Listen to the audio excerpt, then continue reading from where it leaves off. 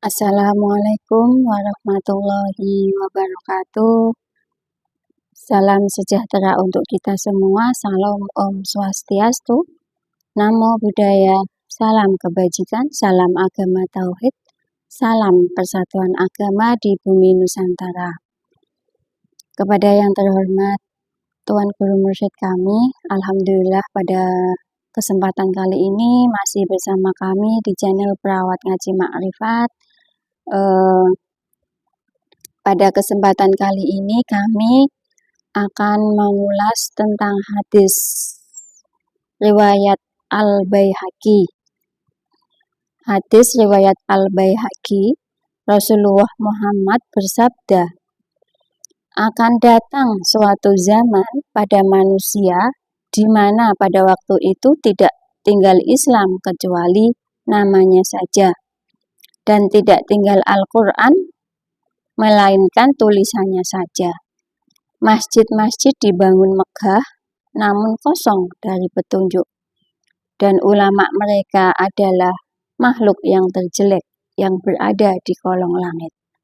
Dari mulut-mulut mereka keluar fitnah, dan sungguh fitnah itu akan kembali kepada mereka. Pada hadis tersebut ada beberapa poin. Yang pertama, tidak tinggal Islam kecuali namanya saja. Bukan berarti pada zaman itu umat Islam jumlahnya sedikit, tidak, bahkan banyak sekali. Tapi umat Islam tersebut tidak mengenal Tuhan, tidak mengenal Tuhan yang hakiki, tidak mengenal Tuhan yang sebenarnya, tidak tahu Tuhan yang hakul yakin. Jadi cuman Islam saja, tinggal namanya saja. Poin yang kedua, dan tidak tinggal Al-Quran melainkan tulisannya saja. Al-Quran di sini pada zaman ini cuma dijadikan bacaan saja. Mereka tidak mengenal Al-Quran qadimnya. Mereka tidak memahami di balik Al-Quran zahirnya. Di balik Al-Quran zahir tersebut ada Al-Quran qadim. Mereka tidak mengenal kalamullah, hanya tahu kitabullah saja. Karena di dalam Al-Quran juga dijelaskan bahwa kita adalah sebagai pelaku dan pengukur. Poin yang ketiga, masjid-masjid dibangun megah namun kosong dari petunjuk. Di sini dijelaskan masjid-masjid kosong dari petunjuk. Kosong itu berarti tidak ada sama sekali. Beda jika dituliskan, beda bila dijelaskan sedikit. Kalau sedikit masih ada, walaupun cuma sedikit, tapi di sini dijelaskan kosong dari petunjuk. Karena umatnya tidak mengenal Tuhan, tidak mengenal cara menyembah, cara beribadah kepada Tuhan. Bagaimana mau mendapat petunjuk? Karena umatnya mengenal saja tidak, otomatis tidak akan sampai, otomatis petunjuk juga tidak akan turun. Poin yang keempat, dan ulama mereka adalah makhluk yang terjelek yang berada di kolong langit. Pada zaman itu, ulama-ulama disebut makhluk yang terjelek. Padahal ini adalah ulama. Karena dari mulut-mulut mereka keluar fitnah. Ini yang dijelaskan dalam hadis tersebut. Maksudnya seperti apa? Kenapa bisa disebut seperti ini? Karena ulama-ulamanya tidak mengenal Tuhan, belum ma'rifat, belum tahu Tuhan, belum tahu cara mengenal Tuhan, cara beribadah, cara menyembah, belum tahu metodologi qadim, metodologi beribadah yang benar.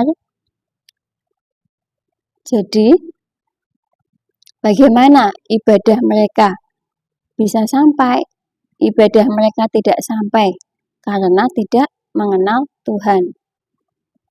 Dan ulama-ulama di sini pastinya mereka juga yakin menyampaikan fatwa-fatwa yang dianut dan yang diyakini mereka.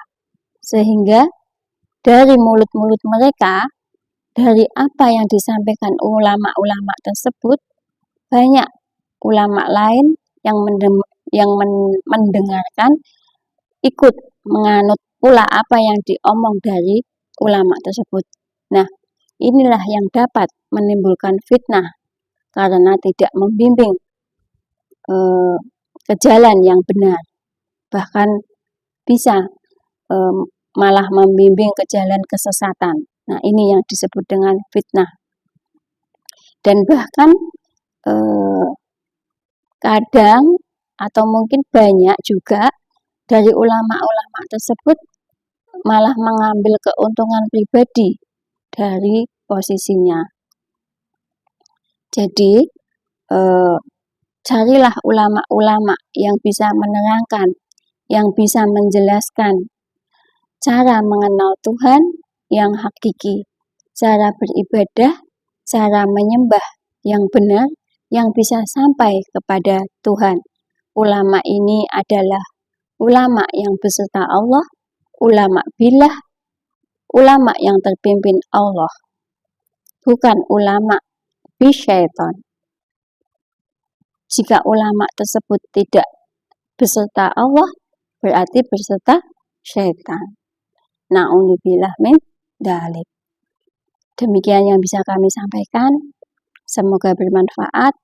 Mohon maaf bila ada kesalahan dan kekeliruan.